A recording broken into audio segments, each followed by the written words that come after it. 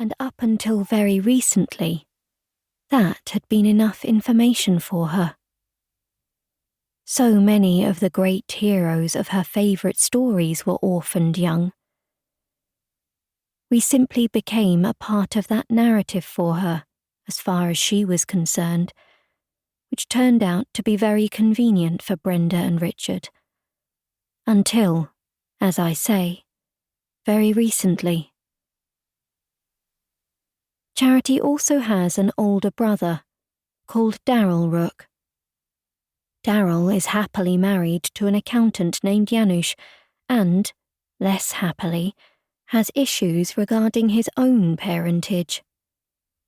It makes the story of how Charity came to be adopted by the Rook family seem pedestrian by comparison, and he found out about it very recently. When I say very recently, I mean yesterday.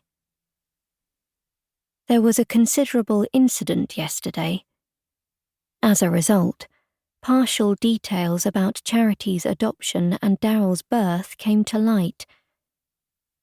Brenda and Richard promised to tell their children more once they had escaped, found a hotel to crash at overnight, showered and rested.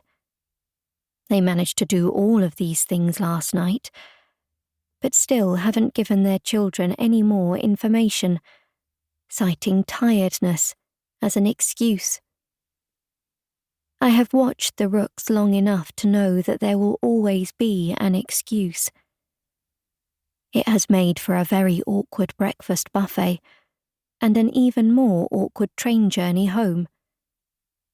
They've had to take the train back because the family car was destroyed during the incident. Even if the car had survived, they wouldn't all be able to fit in it anymore, since during the course of the incident, they have picked up a mystery priest. The priest is a small, middle-aged woman named Grace Barry. Or at least, she's pretty sure she is anyway. That's all she remembers, or thinks she remembers, about herself. Quite a feat, to have an even worse memory than me. There's something very wrong about the priest. That much I can tell.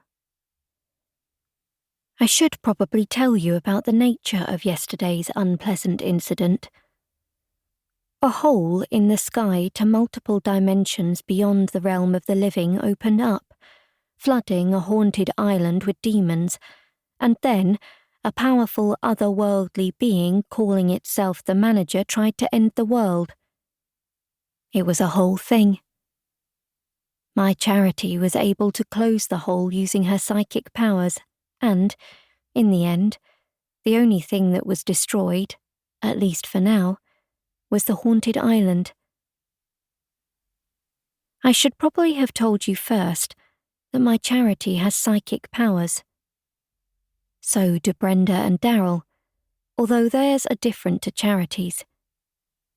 Richard also had supernatural powers, right up until, you guessed it, yesterday. As I say, it was a whole thing. And so, wearily they trudge back from the train station, in the awkward silence of their own creation. They saved the world yesterday. All of it. They saved the peeling billboard over there, advertising a gambling website.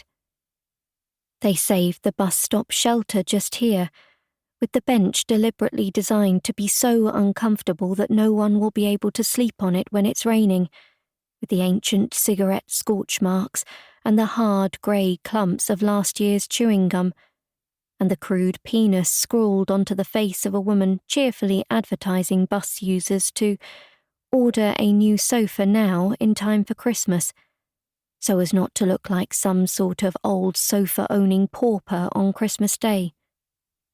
They saved that soggy homeless guy who Grace and Janusz give £1 each to, while the rest of the family hang back, looking awkward.